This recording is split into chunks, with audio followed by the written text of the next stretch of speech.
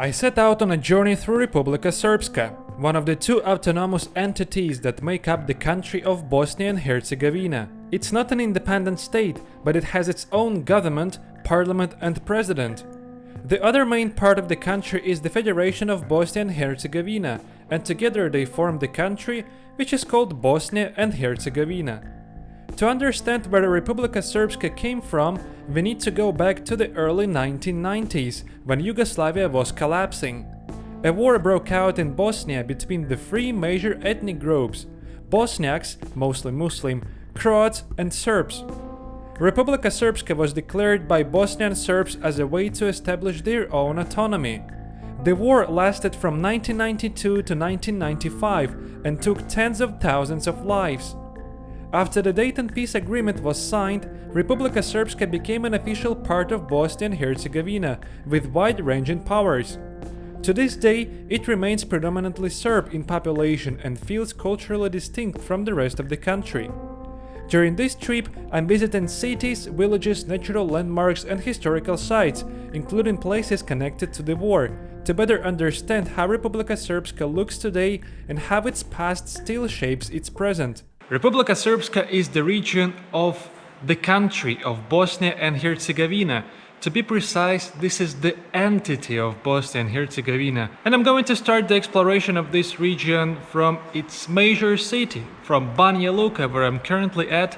To be precise, I'm starting filming this intro from the abandoned hydroelectric power plant built in 1899. Nowadays, at this power plant, despite the fact that it's abandoned, you can still find the original mechanisms that were involved into functioning of this whole system. If you are new to this region, then it might be confusing. The flag of Republika Srpska looks similar to Russian flag, but in fact it's like upside down Russian flag. So it starts with the red strip, then there we go with the blue one, and the white one is going to be on the bottom.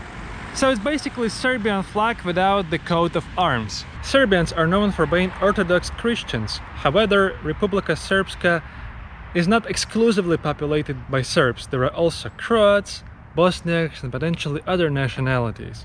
Especially in the city of Banja Luka, where is the mixed population, so you can find churches of different confessions here. For example, the Roman Catholic Church with an interesting bell tower. It was built in the early 1970s on the site of an old church destroyed by the earthquake. The distinctive 42-meter high bell tower was added in the early 90s.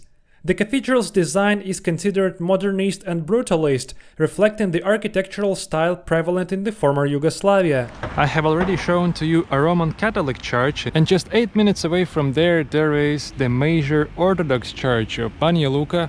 Well, major or not, that's the question, but just one of the Orthodox churches. Yeah, not gonna lie, the church has a rich interior with so many icons and such a massive chandelier.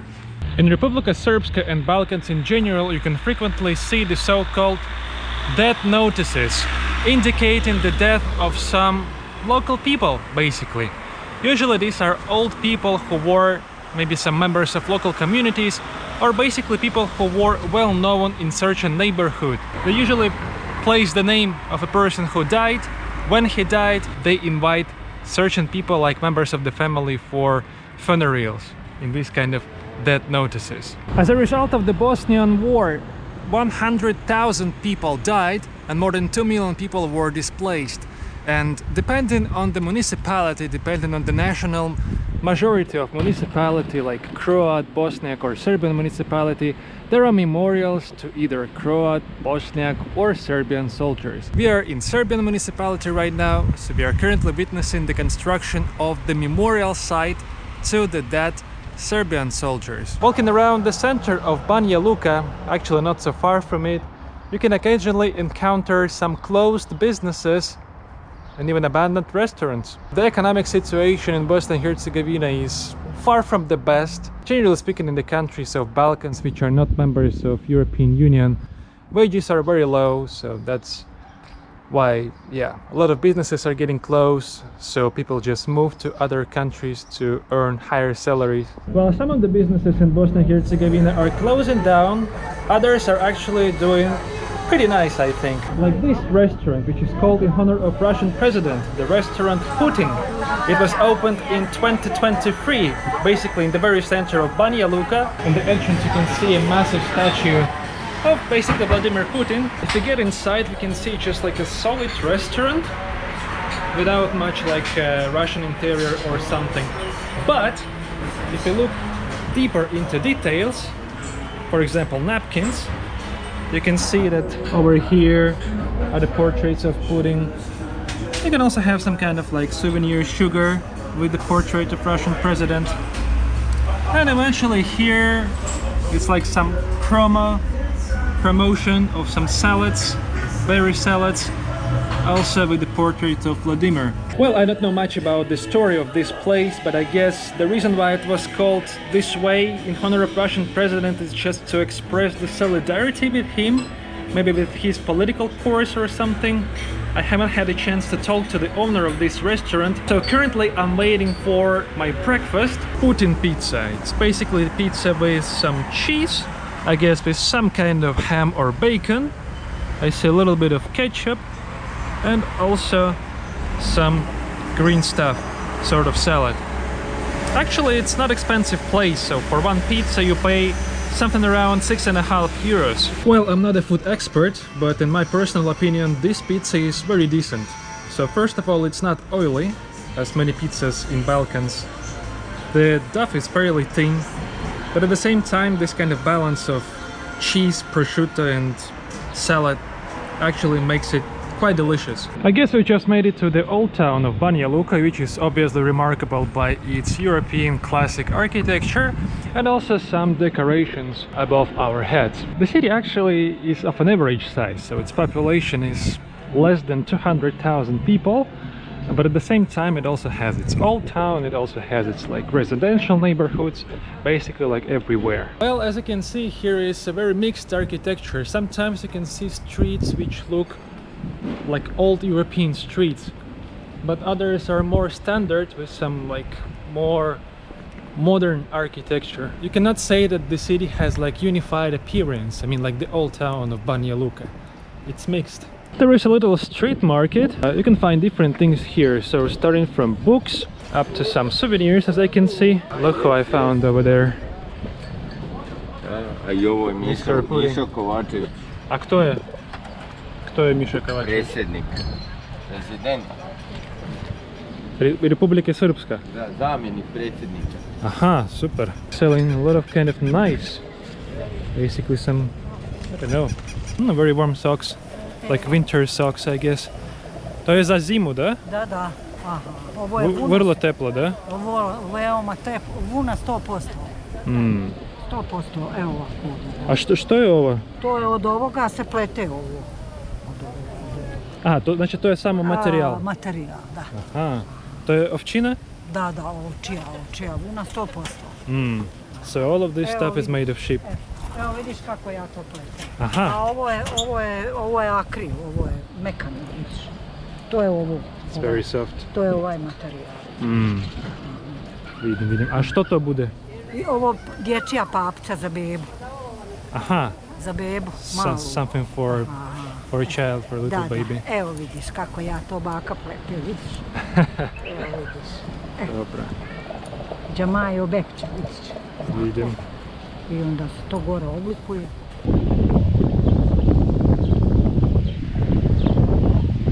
Traveling around cities and towns of Balkans, you can frequently see these kind of coffee shops. They're everywhere. They may be fancy, may be very local, but usually there are some people, especially during morning hours and during like lunch breaks and in the evening as well. So it's this sort of like coffee culture, you can say, so people just come there to drink their portion of Damacha kafa. This is how they call Turkish coffee, or espresso. These are two most popular kinds of coffee here. Don't rush, just chill. So today we have already seen Orthodox and Catholic churches, but in Banja Luka there is also significant Bosniak population, and Bosniaks, they are basically Muslim Slavs. So this is the major mosque of Banja Luka, which was, by the way, destroyed during the Bosnian War but then after some time rebuilt again. So Bosnian War was going on between 1992 to 1995, and the mosque was rebuilt more than 20 years after the end of the war. So as far as I know, this mosque was completely destroyed in times of the Bosnian War and then entirely reconstructed. So it was reopened for visitors in 2016. In the new construction of the mosque you can find some old elements, some old parts of the previous mosque, but it's hard to identify them staying here inside. There is like the exhibition of stones on the outside in the yard of the mosque, which basically showcases that old fragments of the mosque. Speaking about the historical heritage of Banja Luka, it's important to notice Banja Luka Castle, basically, or Banja Luka Fortress, which was founded centuries ago. And nowadays it's one of the most well-known landmarks of the city, but I would personally like to see more of the nature of Banja Luka. Let's go straight there and see what we can enjoy in the close vicinity of Banja Luka in terms of nature.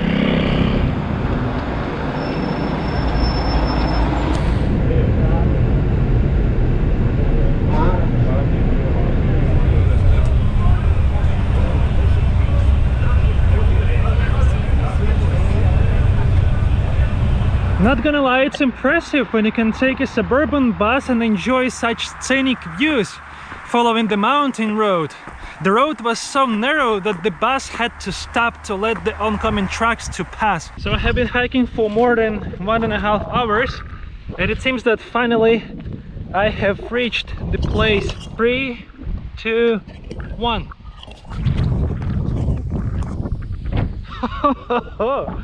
Damn, that's so high. I guess I had to follow that road to the top of that hill slash mountain and then walk all around it and then a little bit down to eventually reach this point.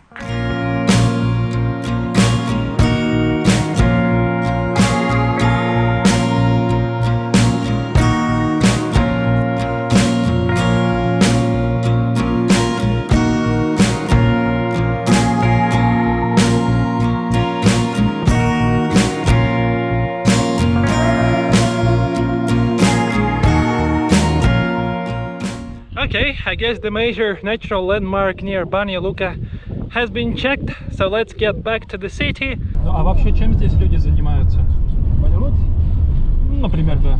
Много людей работают, ну, кафе.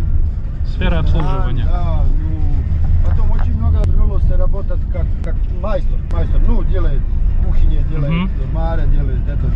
Ali тоже очень много ушло в Германию, в Croatian. То есть, как ты сказал, здесь зарплата это 800 евро в месяц, условно. Ну, есть люди, которые зарабатывают 1000, больше, ну, IT они зарабатывают много, на пумпе, там, там 1800 евро. Well, I was very lucky to finish my exploration of Banja Luka, and it's around an hour before the departure of the train to my next destination. And now I'm approaching the train station of Banja Luka, from where I'm going to take that local train. Let's check it out from the inside. It's actually pretty interesting. It's like a time machine in a way. Yeah, the train station is mostly deserted, but there are still some seats for passengers. Lovely. 329. Donja Lamovita. Dobro. Koliko košta karta, jel? Da, koliko košta? U jednom pravcu 5 maraka 60. U jednom pravcu. 15,60? 5 maraka 60. A, 5 marak 60, dobro. Moram da kupiti ovdje ili u uvozu? Ovdje. Aha, pošto je otvorena može. blagajna. Može. Ovaj, Da, u 15:29 polazi. sa lokomotivom, da? Da. Desno je ovaj za Doboj, a ovaj je za Novi Dobrni. znam. Pa vi izađete u Donja Luka. Aha, dobro. Eto. Hvala. Okay, so just bought the ticket, that's how it looks. Fairly cheap, like 2.5 euros, basically. So we're gonna get off somewhere in the middle of nowhere. Okay, this is what we have at the train station of Banja Luka. There are actually 2 trains which depart in different direction.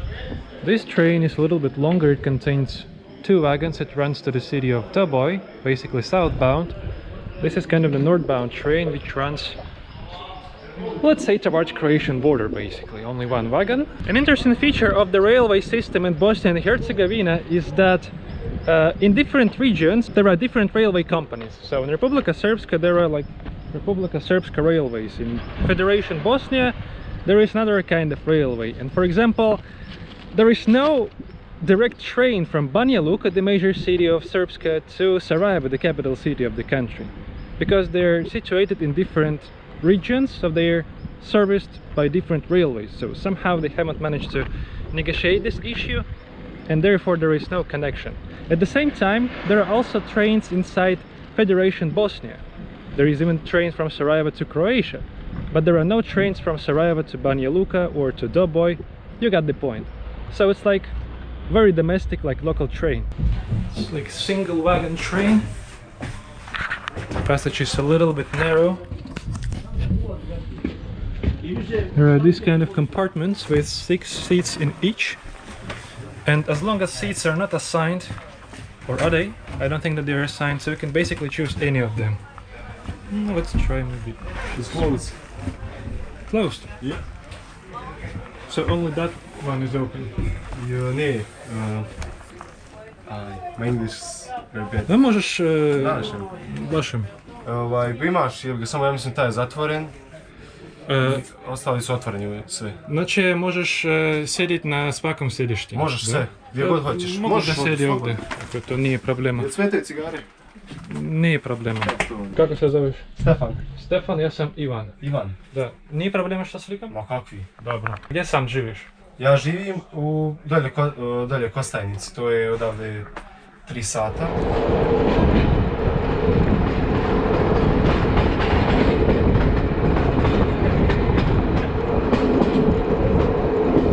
So we are already leaving Banja Luka train station and heading towards Croatian border.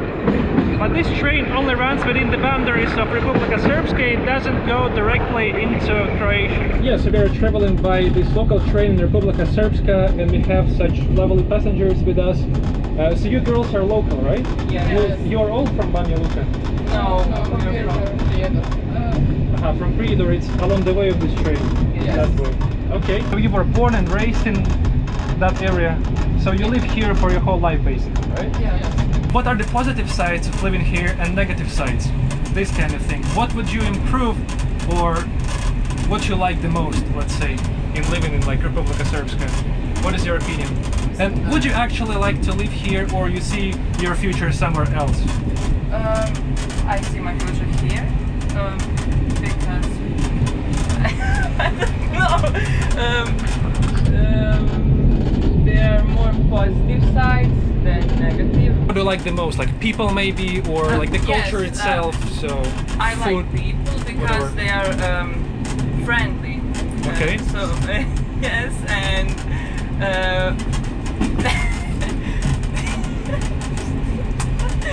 Просто да кажа.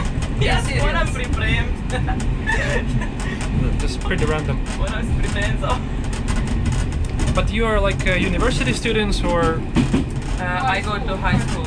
Oh, okay. Is it easy to study in like local school, or it's quite hard for you? Yeah, it's It's easy because I don't study at all. Here it's very easy. Okay. And are you going to eventually go to university, or you would start work rather? No, I would like to go to university. Okay. And because I want to learn something here. Okay. And so in high school, I don't learn anything. Okay. I would like to go to study psychology. So like the reason why I'm asking you, because you're still young, and I know that actually a lot of people, for some reasons, they move to other countries from here, Yeah. mainly because of like lack of job opportunities or something, or for some other reasons, I don't know. I would not like to live anywhere because I lived in Germany for 6 months and it was hard and I didn't like there. I don't like people there. I don't know, in that school. I didn't have so many friends there, and Would you say that people in Germany were generally more cold than here? Like less approachable or something? yes.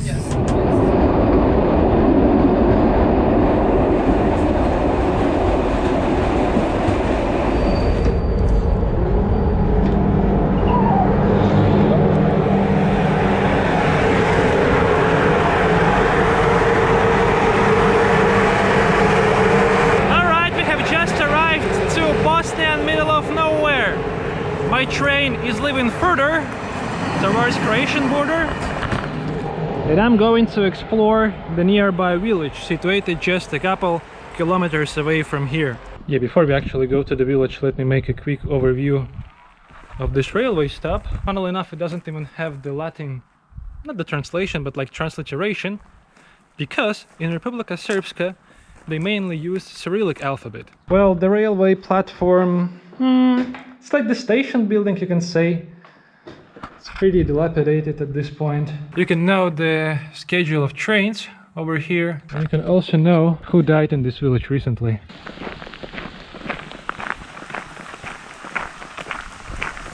So I have finally reached the reason why I'm here. It's basically the territory of the mosque of the village of Kevlani, which is very remarkable due to several reasons. The number one reason why it's remarkable is that here, basically next to the reconstructed mosque, you can see the original minaret of the old mosque, which was destroyed intentionally in times of the Bosnian War. That's what happened to the minaret, so I guess it was blown up or something. For some reasons they decided to preserve the remains of it. There was this kind of like spiral staircase leading to the top of the minaret, as you can see. So yeah, at some point it just got broken into two parts, probably because it just smashed the ground. And in addition to the fact that local mosque was basically destroyed, this is the site of the largest mass grave in Bosnian region, so I guess like in Bosnia and Herzegovina, which is mentioned on this memorial desk. So it literally says like, at this site, at this place, they discovered the mass grave with the 146 like innocent victims. 200 meters further from here was, and I guess still, is basically the largest mass grave in the Bosnian region, which is called Stari Kevlani, with total of 456 victims from Prijedor municipality. So Prijedor municipality is basically where we are right now, I guess. So they were all exhumed at some point. This memorial site was created in the year of 2007. There is also the whole list of names of victims. Those remains were found in that mass grave, so they listed their names and age when they died.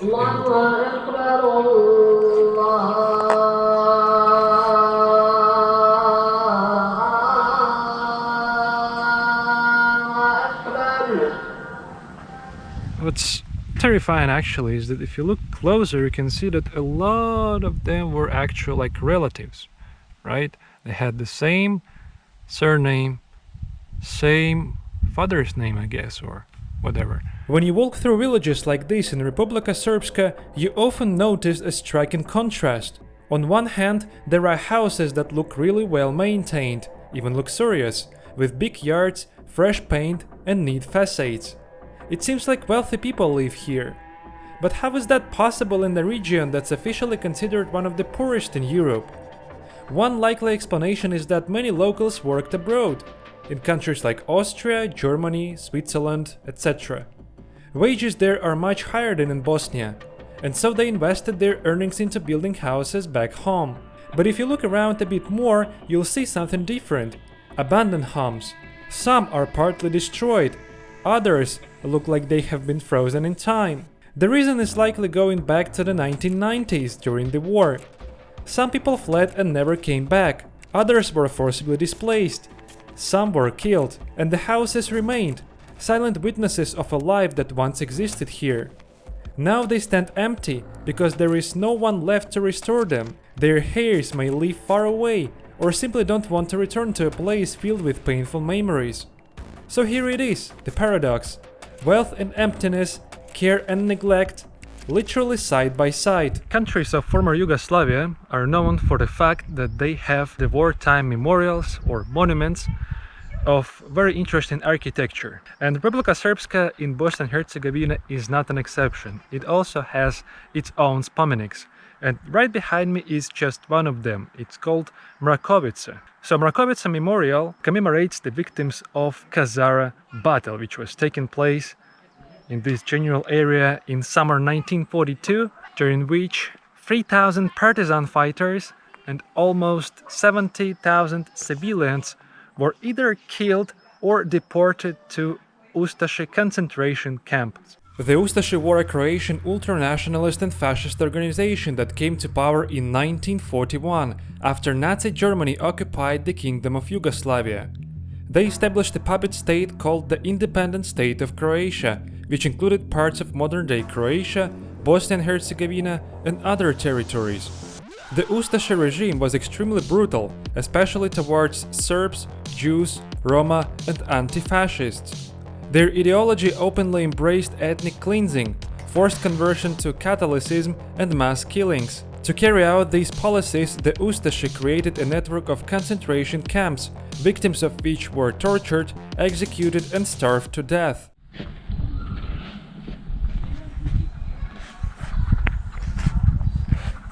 So, this is a school. This is where it used to be, that camp that they called, so everything around was fenced and they were. This used to be an old store. So this is kind of like a community center. Because if you're going into Prijedor to Banja Luka, I checked the schedule. say that actually there is a train that's going in around 8:30 or something like that. It'll take you there. Well, I finally managed to get out from that memorial site, and I was given a lift to a nearby train station.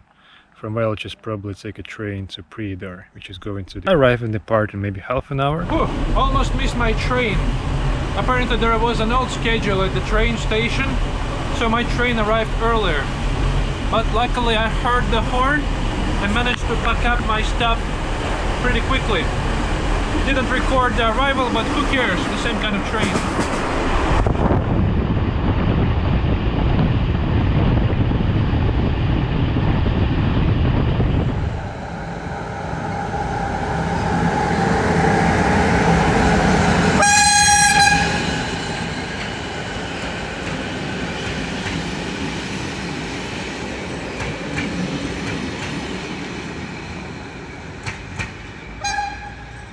Okay, I've just arrived at the town of Prijedor. Initially the reason was to see the abandoned factory, which was looking very promising and huge, so potentially that could be a nice Urbex experience. But as you can see clearly, the time is getting to the evening, so it's getting dark. I don't have any kind of special equipment for Urbex with me in the darkness. Anyway, I decided to reach that place first, just to make sure that I at least saw it. And then probably I'll start looking for the place to sleep. So I guess we can still see a part of the abandoned industry. We're currently on the territory of Prijedor pulp and paper factory, where they produced cellulose and paper in times of Yugoslavia basically. And they supplied domestic market with it. A lot of Bosniaks and Croats were employed to this factory. And basically, as a result of war, you know, there were some ethnic cleansing, a lot of people were expelled, deported. So I guess just a good portion of the workers suddenly vanished, and since then the factory has never recovered.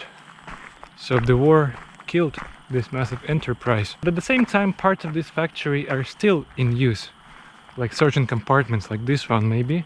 So there are some smaller businesses.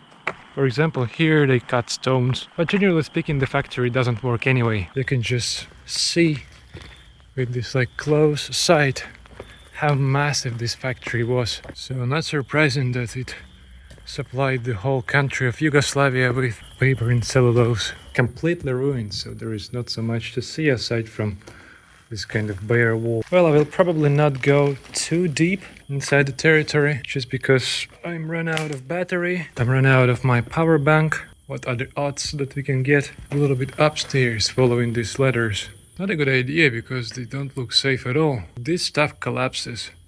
I have literally no chance to survive. Okay, no. The construction is very, very weak. Even though it's seemingly thick concrete, still there are holes everywhere. That's why I will not go to the second floor. Okay, I'm just back to Prijedor railway station. I'm going to look for a suitable wagon for spending the night. Must be sure that it will not start moving and that it will not go somewhere.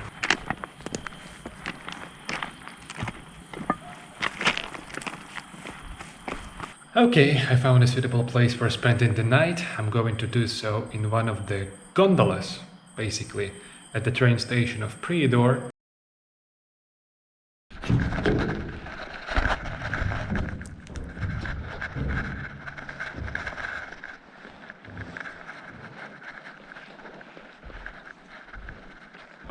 Well, I guess it's time to say good morning. That's the place where I was sleeping. The gondola. I'm about to take a local passenger train to Banja Luka and then another train from Banja Luka to Doboj to eventually continue moving around Republika Srpska. That's how the train station in Prijedor looks.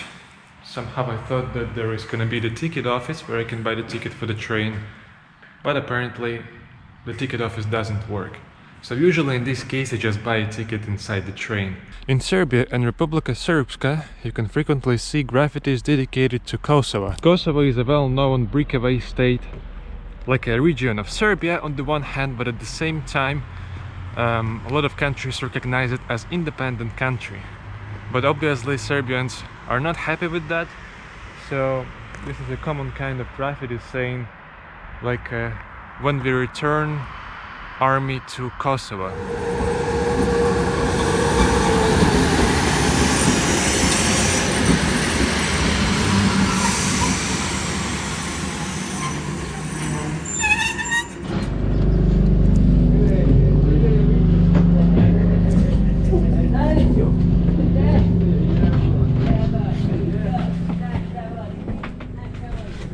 So all the passenger trains in the Republika Srpska are similar. It's either one or two these old passenger wagons. The goal of my morning train journey was to reach Doboj, a city in northern Bosnia and Herzegovina and the main railway hub of Republika Srpska. I traveled from Prijedor to Doboj by taking two trains, though in reality it was the same physical train. It just stopped in Banja Luka for an hour, where I had to buy a new ticket to continue the journey. So welcome to the town of Doboj, the terminus for some trains here in Republika Srpska.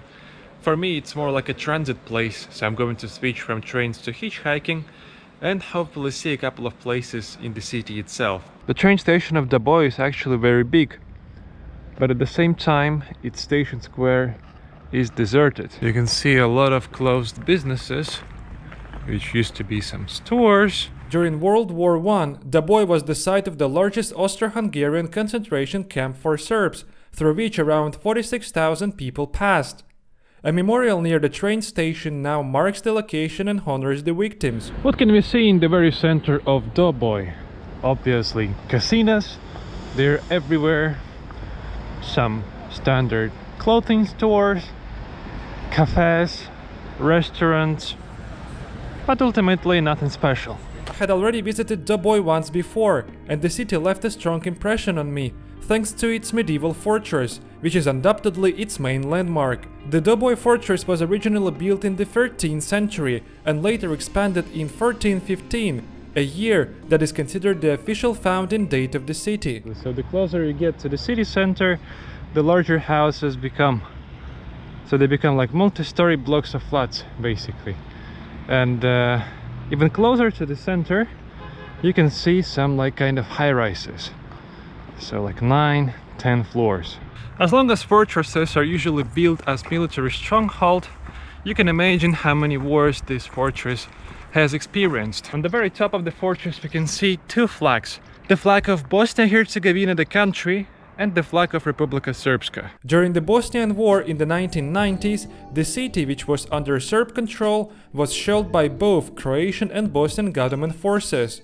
Following the Dayton Agreement, Doboj was officially included in the territory of Republika Srpska. So it seems that the headquarters of Srpska railways are situated here in Doboj. Workers of the railway were also participants of the war, and there's actually a lot of people who died. I mean, those were just railway workers, and they have this interesting monument in shape of a train.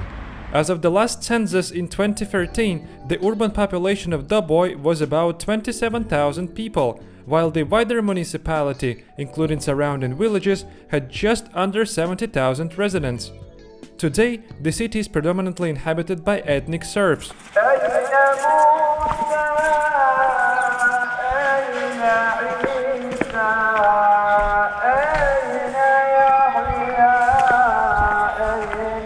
I just found a local restaurant, which is pretty decent, and I ordered the omelette with cheese.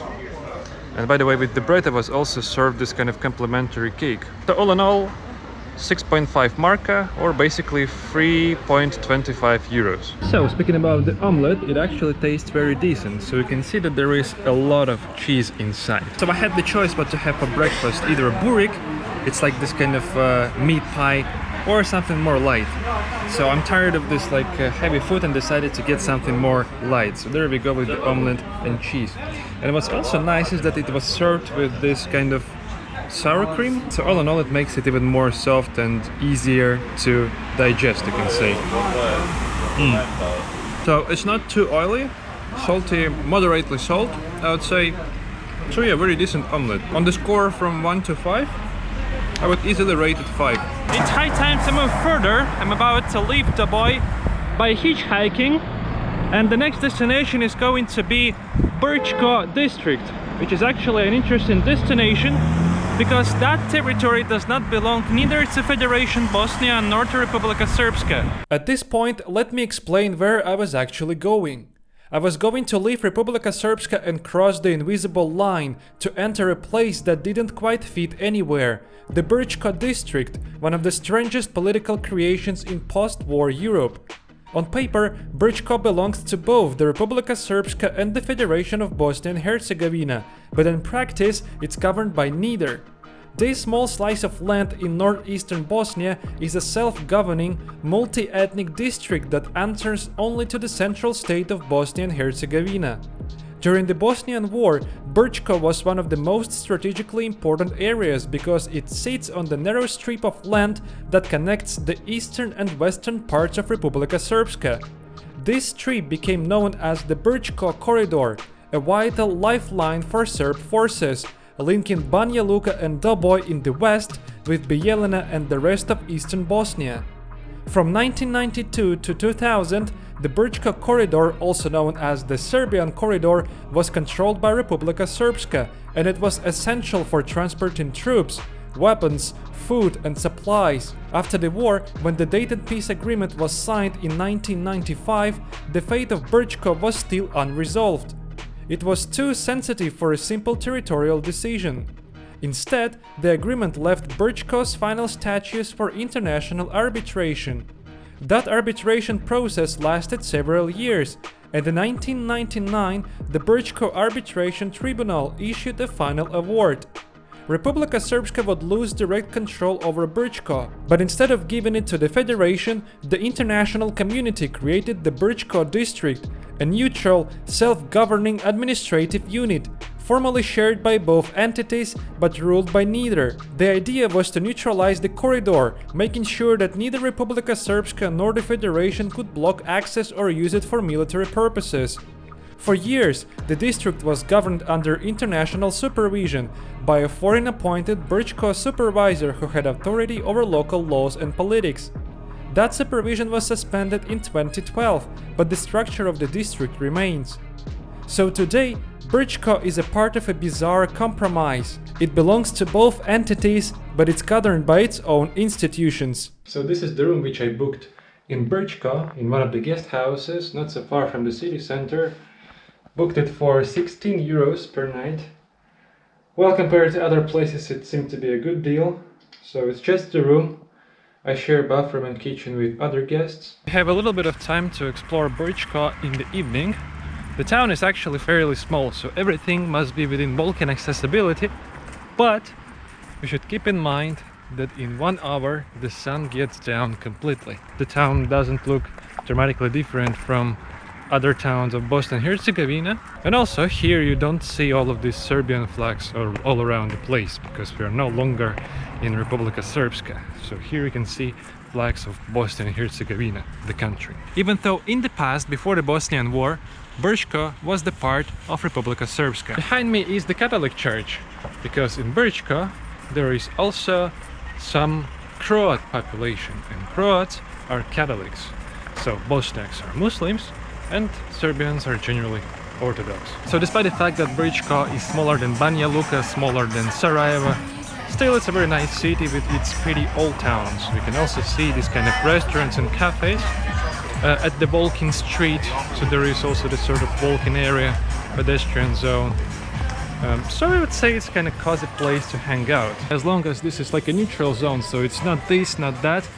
Here we can see offices of 2 postal services which exist in Bosnia and Herzegovina. So inside Republika Srpska there is this kind of postal service, Pošta Srpska, its name. So you can go to this office and deal with Serbian postal office. But at the same time, behind the corner there is going to be another postal service, BH Post Office or something. So basically another postal service which works in Federation Bosnia. There is the second postal service available in Brčko, and basically the second postal office available in the country of Bosnia and Herzegovina. So this is the post office of Federation Bosnia with the main office in Sarajevo, the capital city, which is mostly in the Federation Bosnia. We are in the very old town of Brčko.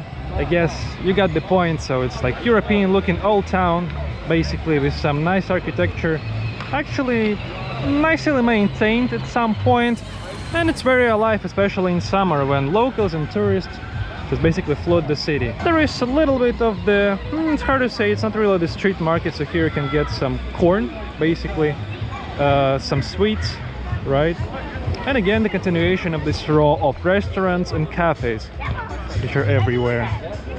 Yeah, so you see that architecture is mixed at this point, so it's like European vibe on the right and Balkan vibe on the left. So another marker of the mixed population are death notices. So here we can see totally different death notices depending on your religion. Death notices of Muslim people, they look like this, so they usually have this kind of like green frame and some Muslim symbols and writings. At the same time, speaking about like Serbian death notices, they're like this, so we have some Orthodox symbol, Orthodox cross.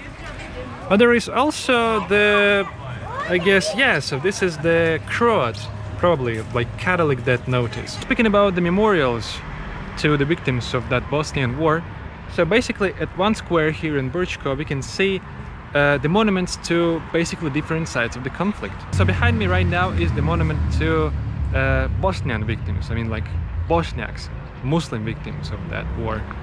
At the same time, if we turn around, behind me is going to be the Croat Memorial. It's already the second side of the war. So I'm very curious, is there like any memorial site to Serbian victims? I don't know. So probably the most spectacular building in the whole district of Brčko is the town hall. There it is, the Brčko town hall. Anyway, it looks very nice, very colorful, bright, old, stunning architecture. The border between Bosnia and Herzegovina and Croatia in this region is marked by Sava River. From this standpoint we can have a closer look at the Croatian side of the border, which is right behind the river. We can see some boats of the police. Probably the river is monitored and they are looking for some potentially illegal immigrants. That people, so they are already in another country, throwing stones towards me. The town is actually quite small, so you'll roughly spend more than a few hours hanging out and checking stuff. I'm going to get back to the old town to eventually have dinner. It's high time to compensate the lack of calories. We are probably going to have the most basic, the most standard Bosnian dinner possible. This is basically the most well-known Bosnian cuisine, I guess. Civapi. Massive pieces of meat, basically, inside the bread. Frequently they are served with onion. And if you want, you can additionally order a salad to it. The meat is nice, juicy. Feels like beef, right? Goes very well with onion, actually. Even though I'm not a fan of onion in general, with civapi specifically, and maybe with pleskavica, it goes just fine. And a very good thing that we ordered salad, because normally it's just like meat and bread, right? So you don't get cells.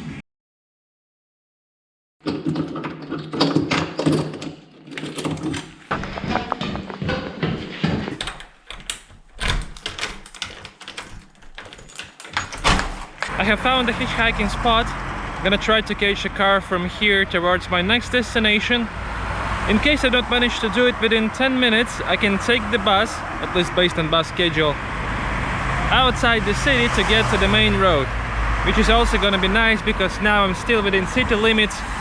The city at this point is quite sprawling, so there is a lot of like outskirts, this kind of small neighborhoods, so less people willing to stop. Okay, for some reasons it was way easier to hitch out of Brčko than I expected. So just a couple of minutes at the bus stop on the outskirts of the city, and I already caught the car.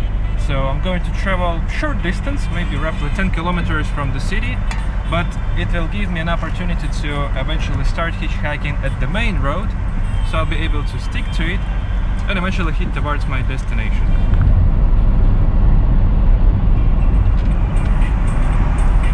Hvala ti.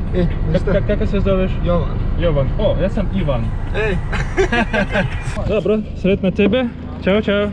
Yeah, I would say that it was a very successful act of hitchhiking for the beginning of the day. So let's see how it goes further. So we are on the way to the exit from Brčko District. Soon we will re-enter Srpska.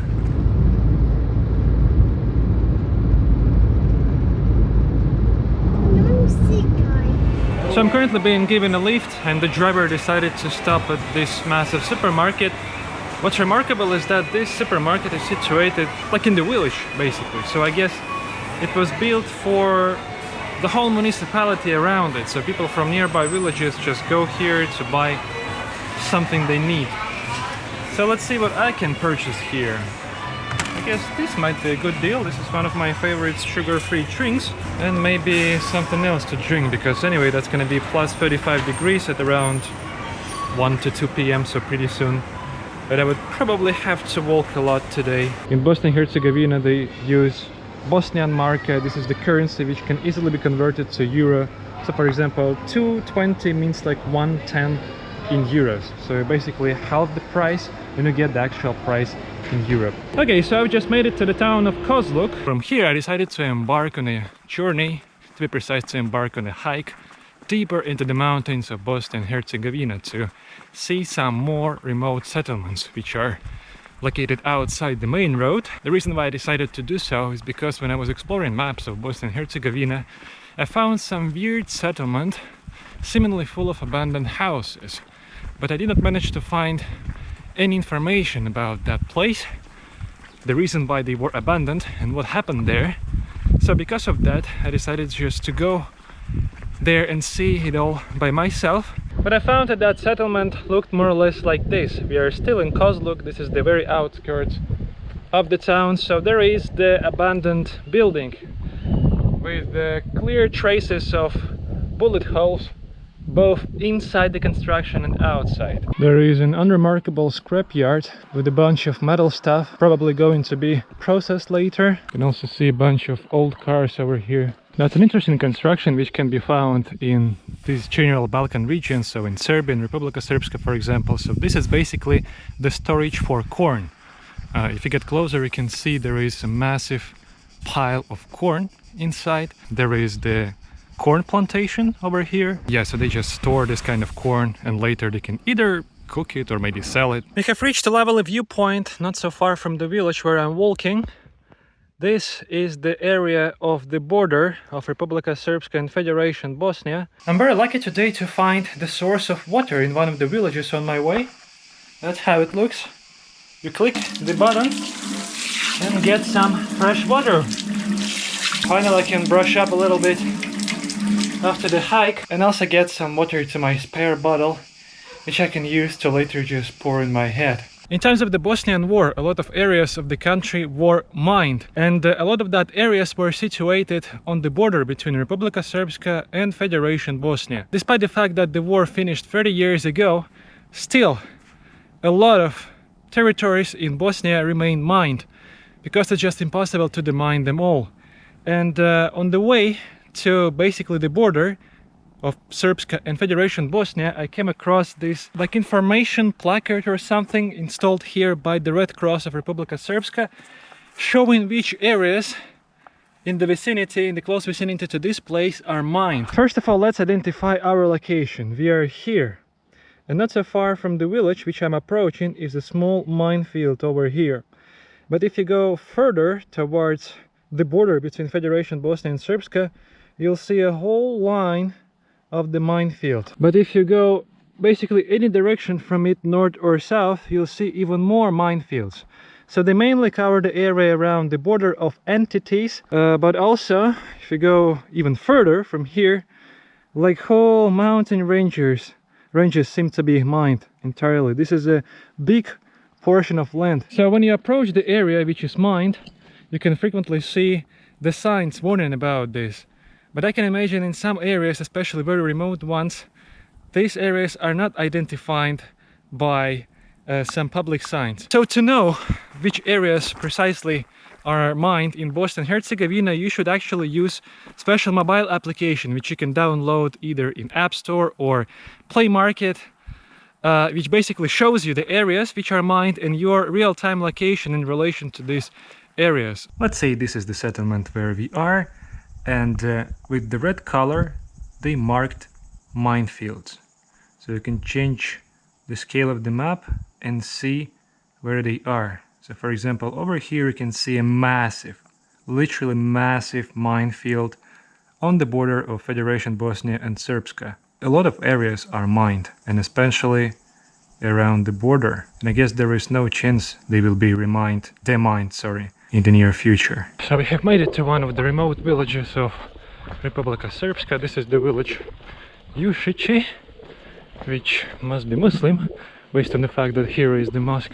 Yeah, so there is the memorial to the victims of the massacre which took place here on 27th of May 1992 in times of the Bosnian War. And yeah, you can see the list of victims with their dates of birth. But at least here is the spring. We can get a little bit of water to brush up.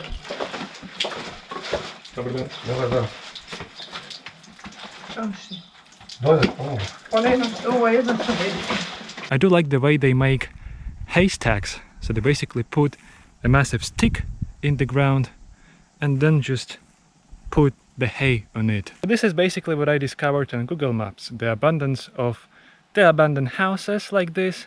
Obviously you can find a lot of them in Republika Srpska and also in Federation Bosnia, so all around the country, especially in like heavily war-torn areas. So we are very close to the border between Srpska and Federation Bosnia, so probably some intense fightings were taking place here. And even though we can see a bunch of forgotten houses in this settlement, it's not entirely abandoned. People still live here, and I guess after the war some people eventually came back. And even though some houses are uninhabited, we can still see the wildlife on its territory. There is a bunch of sheep which are hanging out inside. I haven't seen a single person here yet. All the houses seem to be empty, even the ones where probably some people live. Well, maybe they went somewhere. But overall, if you look around, there is just a lot of abandoned sites. On the outskirts of the settlement of Odžačine, located in Republika Srpska near the administrative border with the Federation of Bosnia and Herzegovina, there stands a memorial dedicated to residents of Serb ethnicity who were killed on June 20, 1992. All the names listed on the memorial are Serb, which suggests that the village was predominantly Serb at the time. Surrounding the memorial are several abandoned and partially damaged houses. At first glance, it may appear that these are Serb homes left behind after the attack that claimed the lives of those commemorated. However, given the village's location along an inter-entity boundary, it is also possible that members of the local Muslim population lived here prior to the war and may have been forced to flee their homes under different circumstances, possibly unrelated to the event of the June 20. Therefore, the question of who exactly lived in these now abandoned houses remains open. They could be remnants of Serb households affected by the violence of 1992, or they might be homes once belonging to Muslims, abandoned as a result of ethnic cleansing common during that period. When I was at that nearby village of Jušići, a couple of people came to fill their bottles with water, so they told me that this is the Serbian village, at least nowadays. And they also said that in the past here used to be some Bosniak population. Interestingly enough, the building in front of me doesn't seem to be entirely abandoned. It may actually be brand new. See, over there is the door, the window, so maybe someone is already living there. Let's try to get inside one of the abandoned houses. I hope it's safe this time, because I know that in times of the war they actually mined some houses. And there is a lot of writings on the walls. Maybe these are people who visited this place. 2023, 2024. See, the whole wall here is full of paintings. But Actually, I'm skeptical about following this ladder because you can see the foundation on the second floor is basically cracked. So I can totally imagine it collapsing at some point. And the whole construction is very weak.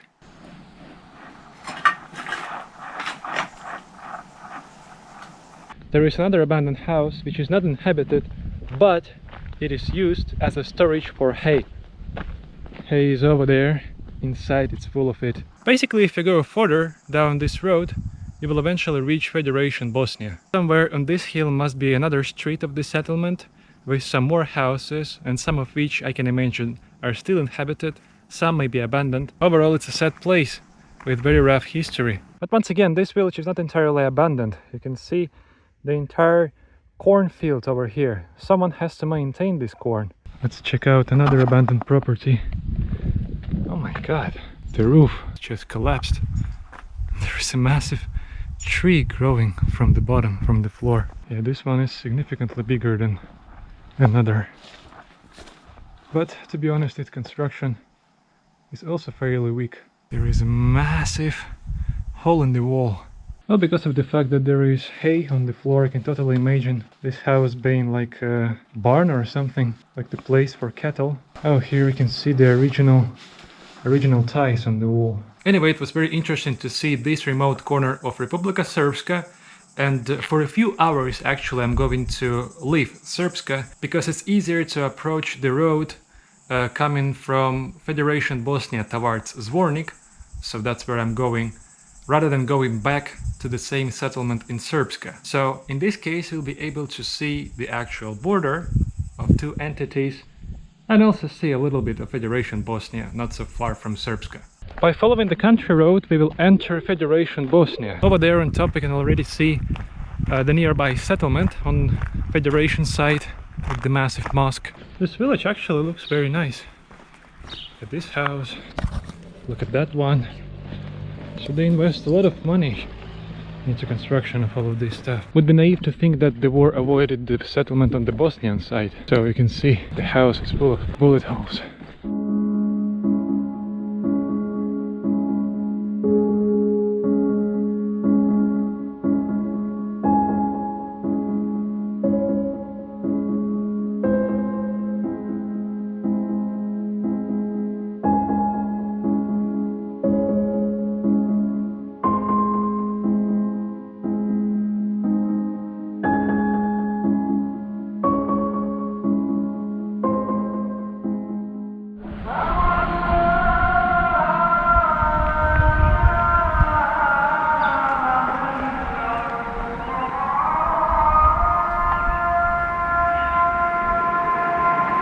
Okay, finally I got back to the main road. This road leads to the city of Tuzla in Federation part of Bosnia, but I'm going to get back to Srpska, basically going the opposite way. An interesting address, the street of the victims of Srebrenica genocide. I guess you cannot find this kind of street in Republika Srpska and also in Serbia. So I just decided to walk, literally to walk back to Republika Srpska, but while I'm still in Bosnia part. You can clearly see the border by the change in the asphalt pavement. Right now we are on the border, so this is Federation Bosnia, this is Republika Srpska. Their asphalt just has a little bit different color. While it took me a while to get out from Federation Bosnia back to Republika Srpska, for some reasons it was quite difficult to hitchhike from one part to another, because there were not so many cars mainly. But eventually I managed to catch the car which goes directly to Zvornik. Currently we are approaching the city. There is a massive aluminum factory nearby. I guess the largest industrial enterprise in the surrounding area. Okay, congratulations, I finally made it to the town of Zvornik. Funnily enough, there are two Zvorniks, one in Serbia, another one is in Bosnia and Herzegovina. Basically Serbia is just behind the river on the opposite side. So anyway, I still have a little bit of time to climb to its fortress, to Zvornik fortress, to see the city from above.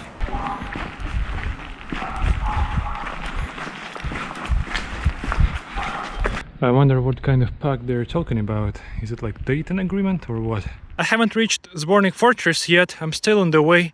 But even from this path you can enjoy the views of the city. So you can clearly see that there is a lot of high rises, which probably was made because the city is naturally narrow. It's squeezed between the river and the surrounding mountains. And you can also see a bit of Serbia from this standpoint. Everything behind the river is already in Serbia. I believe this fortress has seen a lot of wars. Even if it wasn't bombed like this in times of Bosnian War, then it happened at some point, maybe during Second World War. It gives you access to the inside of the fortress like this. It's quite interesting to explore this fortress from the inside, because frequently these kind of passages are blocked if fortresses are tourist objects. But in case of Zvornik, I guess not so many people care about it. That's why the fortress is, first of all, ruined, and secondly, there is free access to, I guess, every corner of this fortress. This kind of the bunker was built in 1894, so we can be sure that the fortress survived the First World War too.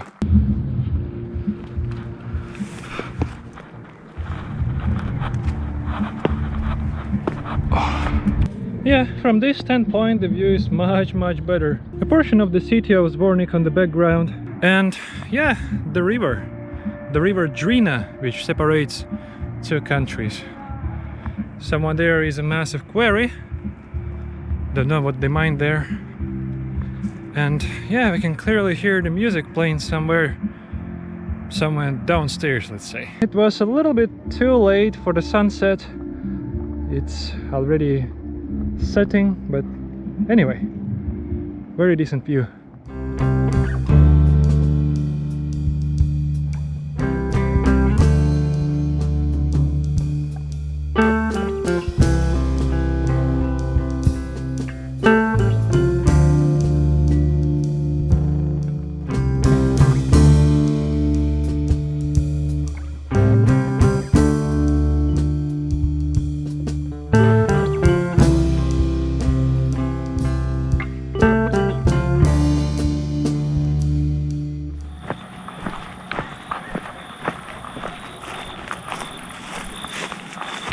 So it's evening hours in the city of Zvornik, and as you can see, it's pretty much alive.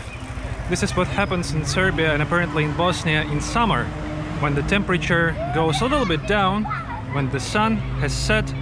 You can see all the people hanging out with their children or solo. Bars and restaurants are full, and actually I need to find a place to have dinner. So first of all, I need to get to the bus station to make sure that my bus hasn't left yet. And when I'm sure about that, I can find the restaurant finally.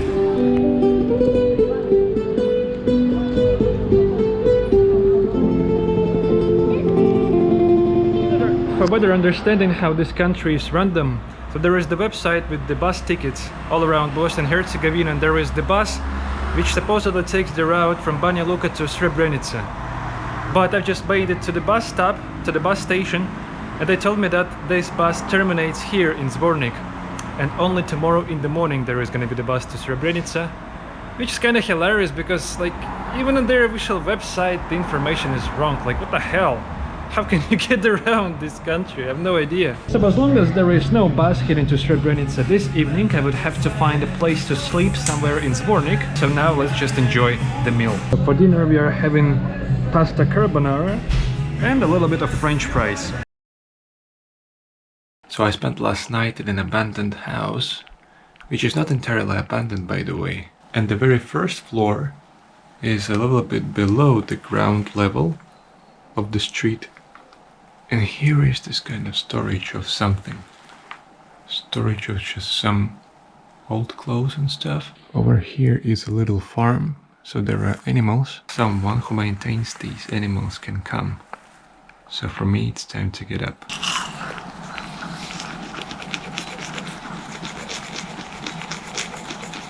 In the morning, I finally boarded the bus heading towards Srebrenica, a place known around the world for one of the most tragic episodes of the Bosnian War. We made it to probably the most horrible site associated with the Bosnian War. We are currently in Srebrenica, at Mrakovica Memorial site commemorating victims of the Srebrenica Massacre, which took place in July 1995 and resulted in more than 8,000 people executed. So in times of the Bosnian War, this area was considered a safe zone, so the zone safe from military actions. Basically, people who did not participate in military actions, primarily Bosniaks, they were staying here in the town of Srebrenica. But what happened is that in 1995, in July, Serbian forces under the command of Ratko Mladic, the notorious war criminal actually, but at the same time national hero in Serbia and apparently Republika Srpska. So they entered Srebrenica and eventually killed more than 8,000 people.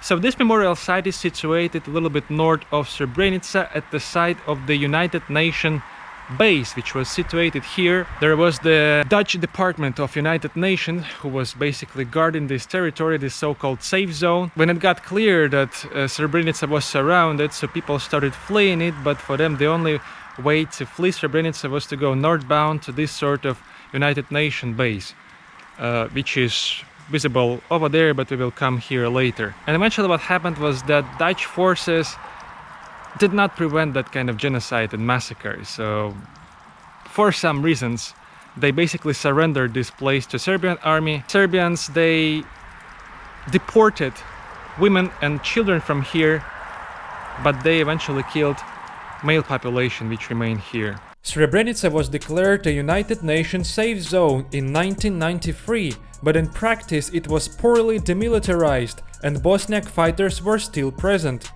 The 28th Division of the Army of the Republic of Bosnia and Herzegovina was based there and carried out military operations in the surrounding Serb-held areas, which was used by Bosnian Serb forces to justify their eventual assault. As any kind of cemetery with mass graves, they all have basically similar design. So they all targeted Muslim Bosniaks population of Srebrenica. They let women and children under the age of 12 go. So they were forcibly deported from here, but male population, basically everyone older than 12 years old, they were eventually executed. But actually, despite the fact that all of these victims are basically the victims of the same event of Srebrenica genocide, acts of killing were happening in different places. So some people were indeed killed in Srebrenica, but others were transferred to other towns and places in Republika Srpska and eventually killed there. And later some of the remains were reburied in other places to make it more difficult to trace their origins. That's why years after the massacre, new and new burial sites are being discovered in different corners of Bosnia and Herzegovina. So as I understand, all of the victims of this massacre are listed in a huge site at the very entrance to the memorial, basically in alphabet order. It says that current amount of victims which was counted when this memorial stone was placed was 8,372, but it also says that this total number is not final, which means that probably there are some other unknown graves where you can find the remains of the victims of that massacre, about which no one knows aside from people who actually made them. You can also see other structures and buildings related to what was here back to 1995. So currently we are witnessing the so-called Blue Hotel. This building was used as a garage by Dutch Battalion of United Nations. Behind me must be one of the compartments of the battery factory, which was used as a United Nations peacekeeping base. However, there are two buildings actually, it's just one of them. Another one is currently the memorial site, so there must be some sort of exhibition. As Serbian forces advanced closer to Srebrenica, refugees became leaving the settlement, and refugees were hosted at the United Nations peacekeeping base, which was basically situated in this hall of the battery factory. So from now we can clearly see how this place looked from the inside. A massive hall of the battery factory, which is currently being converted into the memorial site. So some parts of this have been accomplished, but others not yet.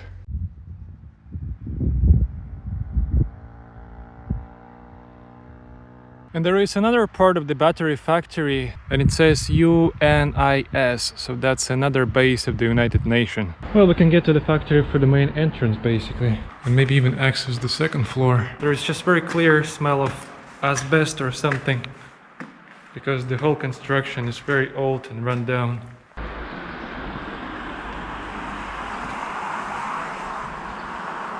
Okay.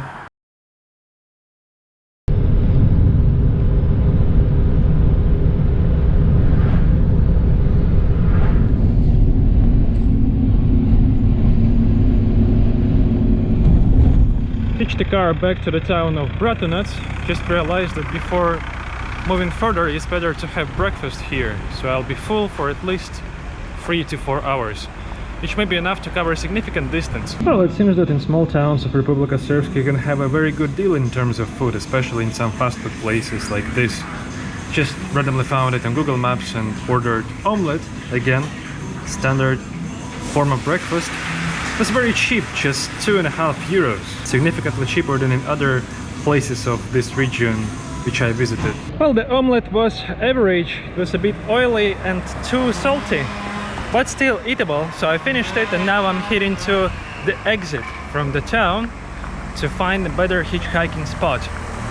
Something tells me that I will eventually spend the whole day trying to reach my next destination, but it's okay.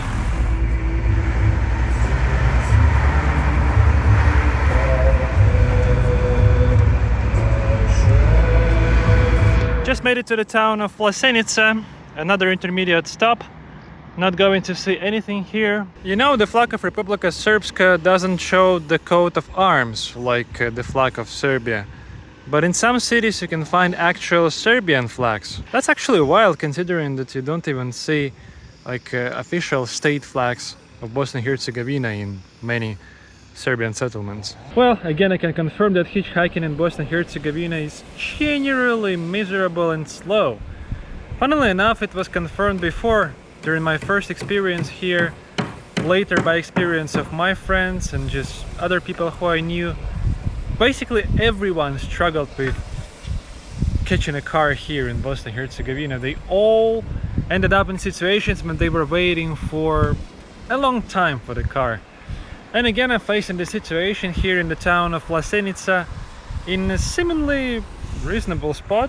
In more than 2 hours I haven't managed to leave this town, so I decided to just hang out a little bit around the place, looking for another hitchhiking spot.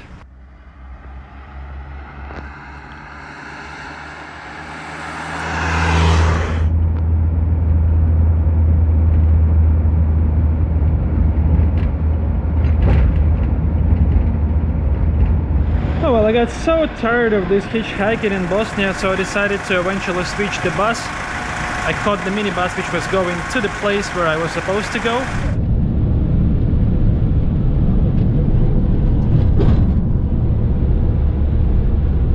Okay, congratulations, we have made it to a small town of Višegrad. It's a nice little town with some tourist potential because there are some interesting and historical sites. Right behind me is probably the most famous part of Višegrad. This is the ancient bridge built in times when this territory was under Ottoman, so Turkish rule. So it's 16th century. So aside from some historical sites which exist in Višegrad, the city can actually offer some natural landmarks too, because it is surrounded by beautiful mountains. There is also the point of conjunction of 2 rivers, so you can spend days just exploring all of these surrounding mountains, hiking here, hiking there. But we are here only for 1 night and 1 evening, so that's gonna be like an express tour around Višegrad. If you don't mind hiking, you can get to a lovely viewpoint to see the bridge, the Ottoman bridge, from the bird's eye view. And you can also enjoy the panorama of the river and of the whole city, basically. There it is. Višegrad is not a big city, it's more like a town, but it's very pleasant in like a chill environment in a scenic area.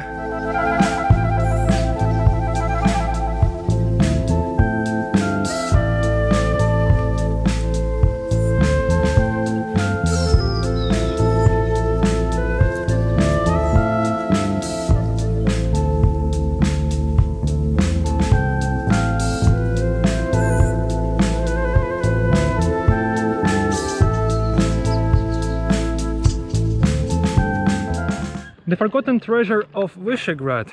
Actually, very disappointing fact that this place is currently abandoned. I'm talking about the narrow gauge railway which terminates here in Višegrad, and it originates in Serbia.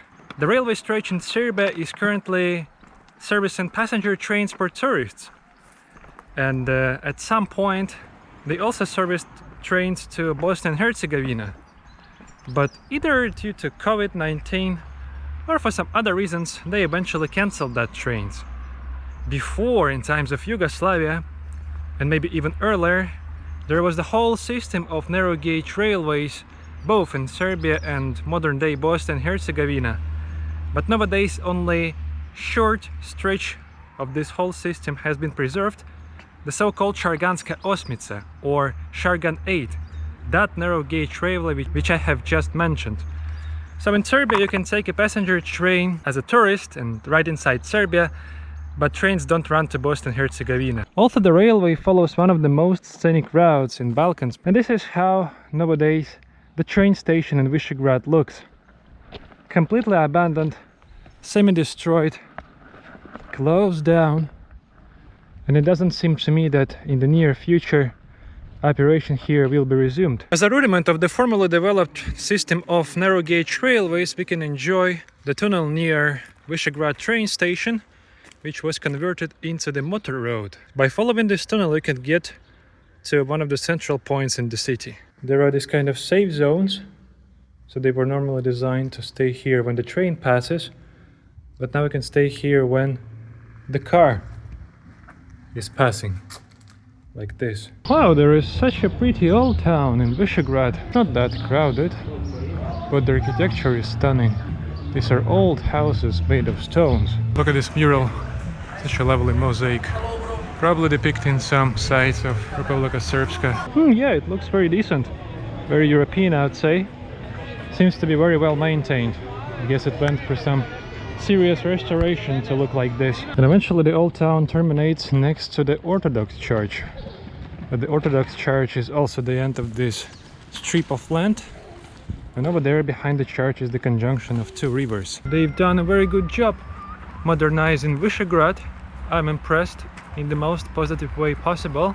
I guess they still haven't finished reconstruction of this old town, so good for them. Hopefully in the future, when they finish all of this touristy stuff, it will attract even more people, which will contribute positively to the city's economy and state's economy. Okay, had a lovely dinner at one of the restaurants in Višegrad. And what's surprising is that I was able to pay Serbian dinars for that. So I paid in dinar because I came here from Serbia, I had them with me. Interesting, I guess I can do so in some border areas. Another good morning in Republika Srpska. In the town of Višegrad I stayed at the guest house. It is a huge, like typical Balkan house, but actually a friendly owner. But anyway, today I have to go towards Sarajevo finally. You can find some interesting graffitis on the streets of Višegrad saying that they are pro-Russians at this point, at least the ones who were painting this graffiti. The crossed sign of EU combined with NATO, Z letter, which is definitely the sign of support of the Russian army, and yeah, two flags, Russian and Serbian, as like, you know, as basically one is continuation of another one. So anyway, you can find a lot of these things in Serbia itself, but that's the first time I'm seeing it in Bosnia and Herzegovina. For breakfast, again, I'm going to have an omelette with cheese and ham this time. I also ordered a cup of cappuccino, hoping that, well, maybe I have a small chance to find good cappuccino, but it's nearly impossible. So usually what they serve you here is just espresso with this kind of foam, which is not exactly cappuccino. So it doesn't make any sense to order a cappuccino in these small towns of Bosnia, I guess. It's nearly impossible to find a good one. But if you're a fan of espresso, if you're a fan of Turkish coffee, then you can have a good deal here. The omelette and cheese are way better than coffee at this point. It's a standard omelette, not too oily, not greasy. Okay, I finished with Višegrad. It happened to be a so lovely town. I guess so far it's my favorite place in Republika Srpska. I'm crossing this Ottoman bridge again on the way to the place from where I'm starting my hitchhiking session. You see these boats, they cruise not only inside Višegrad, they can also deliver you further. So you could see the canyon of Drina River. So this river basically.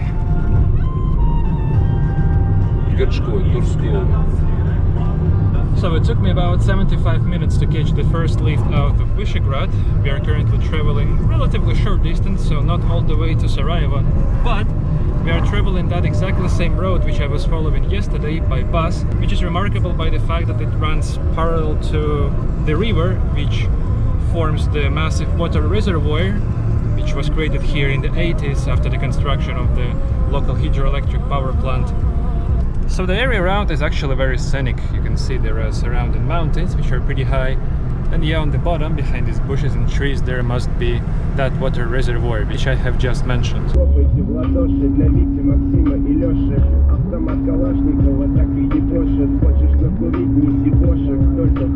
Saying hello from Sarajevo, the capital city of Bosnia and Herzegovina. Got to the old town of the city, so I'm going to walk around it for a little bit.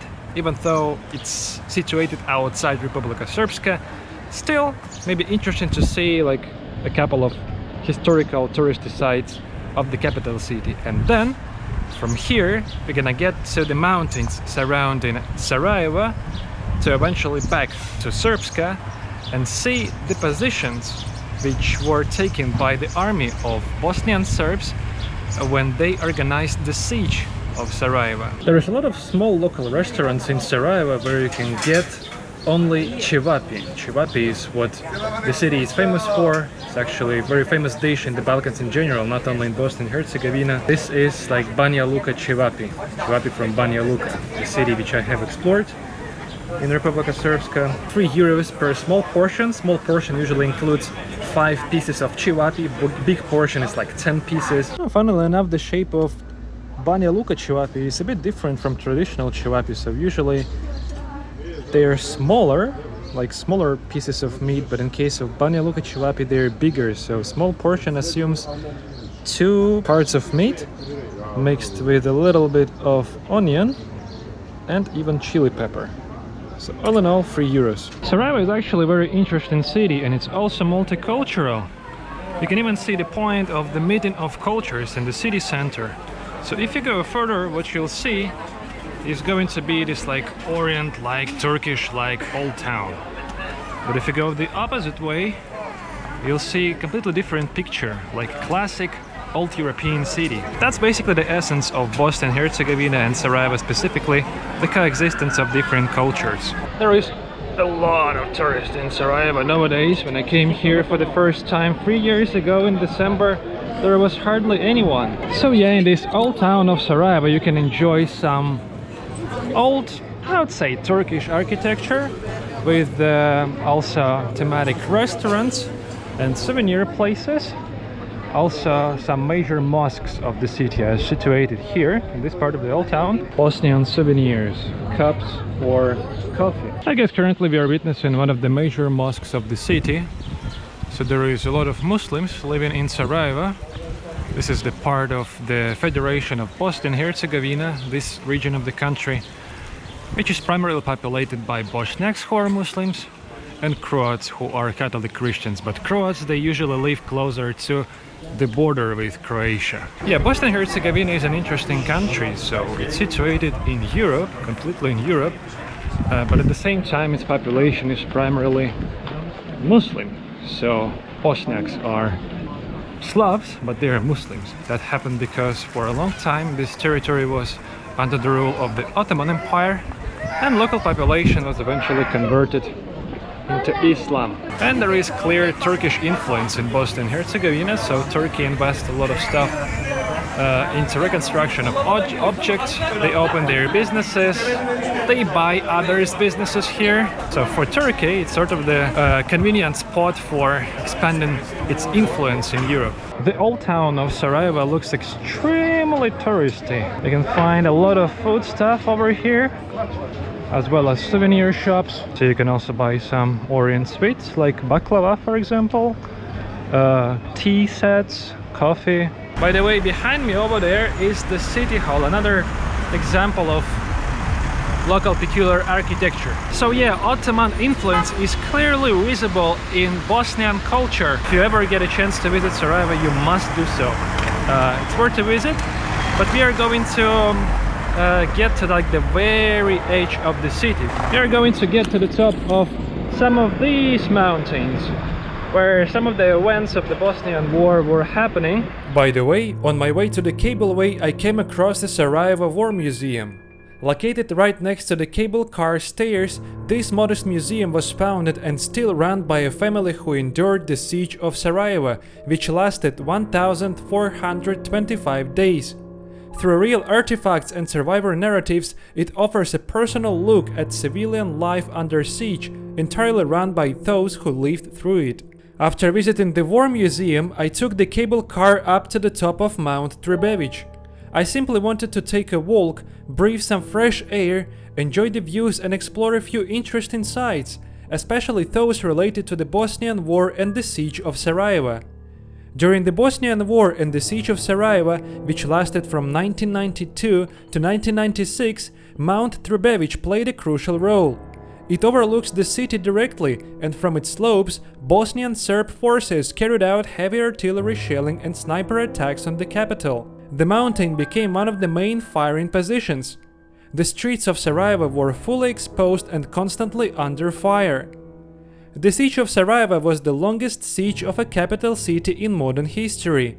It lasted 1,425 days. During that time, over 11,000 people were killed in the city, including nearly 1,600 children.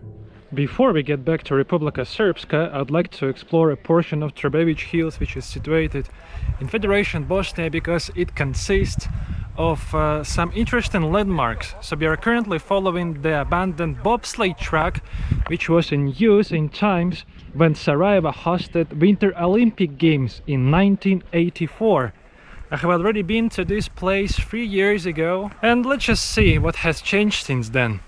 By the way, the review of this part of Sarajevo in winter you can see in my old video. The link has just appeared on the screen if it didn't appear before. As long as this is just bare concrete, at some point local artists decided to turn it into an open-air graffiti gallery or something. So nowadays you can find a lot of street arts over here. I guess they depicted the dragon using these contrast colors. So yeah, these parts of the bobsleigh track are the most interesting, where the sled basically turned either left or right, because as you can see, the track itself is extended at these sections, so the sled could safely turn left or right. Yeah, you can clearly see that the turns are the most exciting parts of the bobsleigh track. A lot of new graffitis actually appear here, I guess on a regular basis. I'm currently on Mount Trebevic, just above Sarajevo, visiting a place called Bistrik Kula, also known as the Cholina Kappa Observatory. This structure was originally built during the Austro-Hungarian period, most likely at the end of the 19th or early 20th century. It was constructed as part of a network of military fortifications around Sarajevo. The Austro-Hungarian Empire built several such towers on elevated positions to control and monitor the city and the surrounding area. Between 1969 and 1972, the site was developed into the first and only astronomical observatory in Bosnia and Herzegovina. The observatory was active for around 2 decades.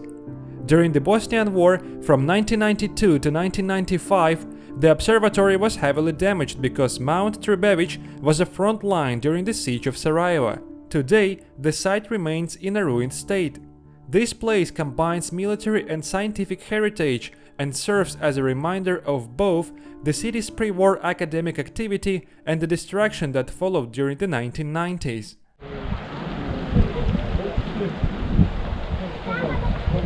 Welcome back to Republika Srpska. I have just reached the boundary of Sarajevo municipality, or Canton Sarajevo. So Canton, it's basically the municipality inside the Federation of Bosnia and Herzegovina. Inside Republika Srpska, municipality is apparently called differently, not cantons. This public sign has Latin and Cyrillic name. However, we can clearly see that Cyrillic name Canton Sarajevo was painted in black, so it was like cancelled in a way. And exactly same situation happened to the entrance sign of this canton. over here, only Latin alphabet. Someone didn't like Cyrillic for some reasons. Some paths which you have to follow are so unremarkable. That's why it's better to explore all of these places during daytime and avoiding doing so at night. In Trebevic Mountains, southeast of Sarajevo, there is a system of tunnels and bunkers which were used by the army of Bosnian Serbs during the Siege of Sarajevo, which lasted for 4 years. This was a very convenient location from where it was possible to observe the whole city. The storage of supply, I guess both weapon and food supply, was also located here, and it was a convenient location for hiding from potential airstrikes. This is just one of the bunkers which we can visit. There is no way anywhere from here, but actually there must be the whole system of tunnels, you know. There are some ancient signs on the walls. So this was the system of bunkers and tunnels, and we've just entered one of the bunkers, but I don't know the precise location of tunnels and if they are still accessible or not. Hell, what's this?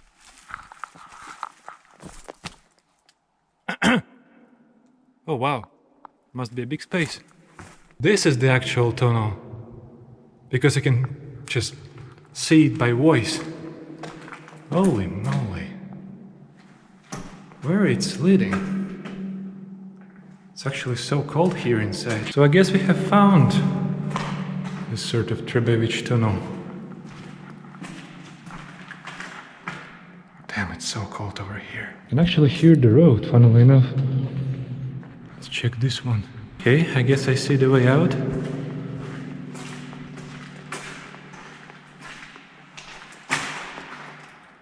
Wow. We found the way out of the tunnel.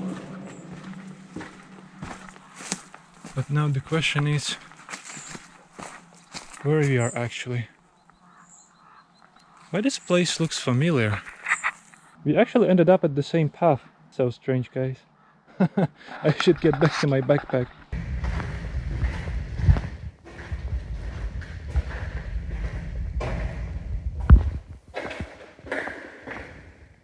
Jesus, what's this? Okay, it's like the dead end. We continue.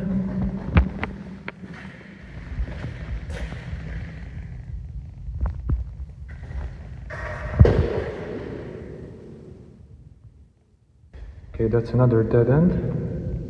This is continuation. Another dead end.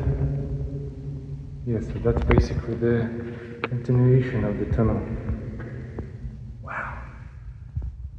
So yeah, it was a developed system of tunnels situated inside Trebevic Mountain. Having spent around 2 hours looking for the tunnel, I finally made it. I decided not to explore the whole system of tunnels because, you know, it's already evening, so hell knows actually how long it is. For me it was enough to find the exit from there, but there were many passages which one could explore. So if you have a desire to do so, welcome. Just make sure that you have a powerful flashlight with you. So I got back to the road leading to eastern Sarajevo, having covered just a few hundred meters. Found another abandoned site. This is Hotel Osmica, or basically Hotel 8. There is actually such a stunning view on the city from the 2nd floor. Funnily enough, I've made it just in time, because the rain has just started. Well, that was the last place at Trebevic Hills which I wanted to check. The task is to get to eastern Sarajevo. I'm going to do so by getting down to like actual Sarajevo, and then basically taking a trolley bus all the way to the borderline between 2 cities. I personally cannot imagine myself living somewhere on top of all of these mountains. So you have to walk up, you put a lot of effort just to get up, right? But going down is not easier actually, because you have to put other efforts to just slow you down. You can say that there were heavy fightings in this area. Some houses, they basically covered these bullet holes with cement, so they look like this, but it's clear what was behind this cement. Well, this part of the video was supposed to be filmed yesterday after exploration of all of these mountains near Sarajevo. However, I came here too late, so it already started getting dark, and right now it's getting bright, which basically means that it's new day, early in the morning. So I'm going to explore the last part of Republika Srpska for this video.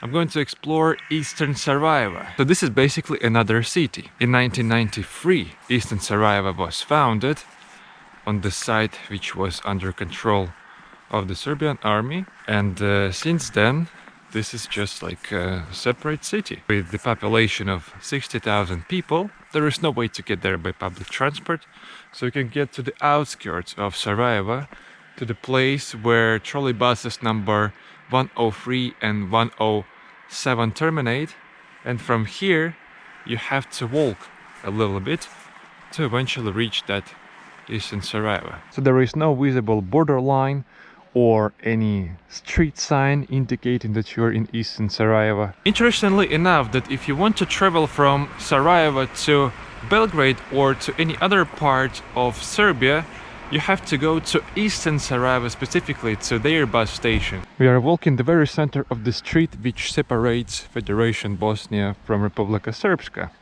So again, no visual boundary, but you can see the difference, funnily enough. Look at the sidewalk on the left side. It has this kind of yellow elements. But at the same time, the sidewalk on the right side doesn't have it. If you look more attentively at the buildings, at the site of standard Sarajevo, you can notice that they still have their original bullet holes which remained here after the war. But at the same time, buildings on the site of Srpska, they are all renovated. So basically all scars of war were eliminated. In Serbia and apparently Republika Srpska, you can frequently see the murals dedicated to basically to football fans who died at some point, usually to the ones who were young. These individuals were born in the mid-90s, they died in 2017 and 2020. Speaking about the condition of building, you can see that the majority of them indeed look very nice. So the city went through some significant restoration, and a lot of money was invested into it, I'm sure. All the backyards of houses are extremely boring. They serve as parking lots. You don't even see the children's playground or something. But at the same time, they have an alley over here, so maybe they don't even need that kind of playground. Especially considering the decreasing birth rate. How lovely! Someone does gardening in the middle of the neighborhood. Possibly someone lives in these private houses and owns this part of the land. A very interesting monument in eastern Sarajevo is dedicated to Vitaly Churkin. He was the permanent representative of Russia in the United Nations for almost a decade, and Vitaly Churkin became especially known here in 2015 when he put veto on the resolution of Srebrenica genocide. So he basically denied to agree that there was this kind of genocide. So Russia said no, and the monument here in eastern Sarajevo literally says, in Russian funnily enough, "Thank you for Russian no." I mean, like, no word. That's the link to the fact that he voted against that resolution. And also we have a rare opportunity to see how Russian and Serbian flags on these flagpoles look. So they actually look differently. So to the left is the Serbian flag, because red color is the closest color to the flagpole. And this is Russian flag because white color, so the upper color, is the closest. So there you go, Serbian, Russian. The monument to the Olympic Games. You may ask what it has to do with eastern Sarajevo. Well, back to 1984, Sarajevo hosted Winter Olympic Games, as you know. And back then, Sarajevo was just one big city, Big Sarajevo. So eastern Sarajevo as an administrative unit just didn't exist back then. And some of the Olympic objects and places where Olympic competitions were taking place were situated within the modern-day boundaries of eastern Sarajevo. That's why technically this place has direct relation to the history of Olympics. An interesting memorial art commemorating the memory of one of the soldiers apparently of Bosnian Serbs who died in 1993 during the Bosnian War. An interesting fact is that he was born in 1978, so back then he was just 15 years old. What's also interesting is that he was depicted smoking a cigarette, and there is a saying, something like, "While there is the war, I'm not going from here."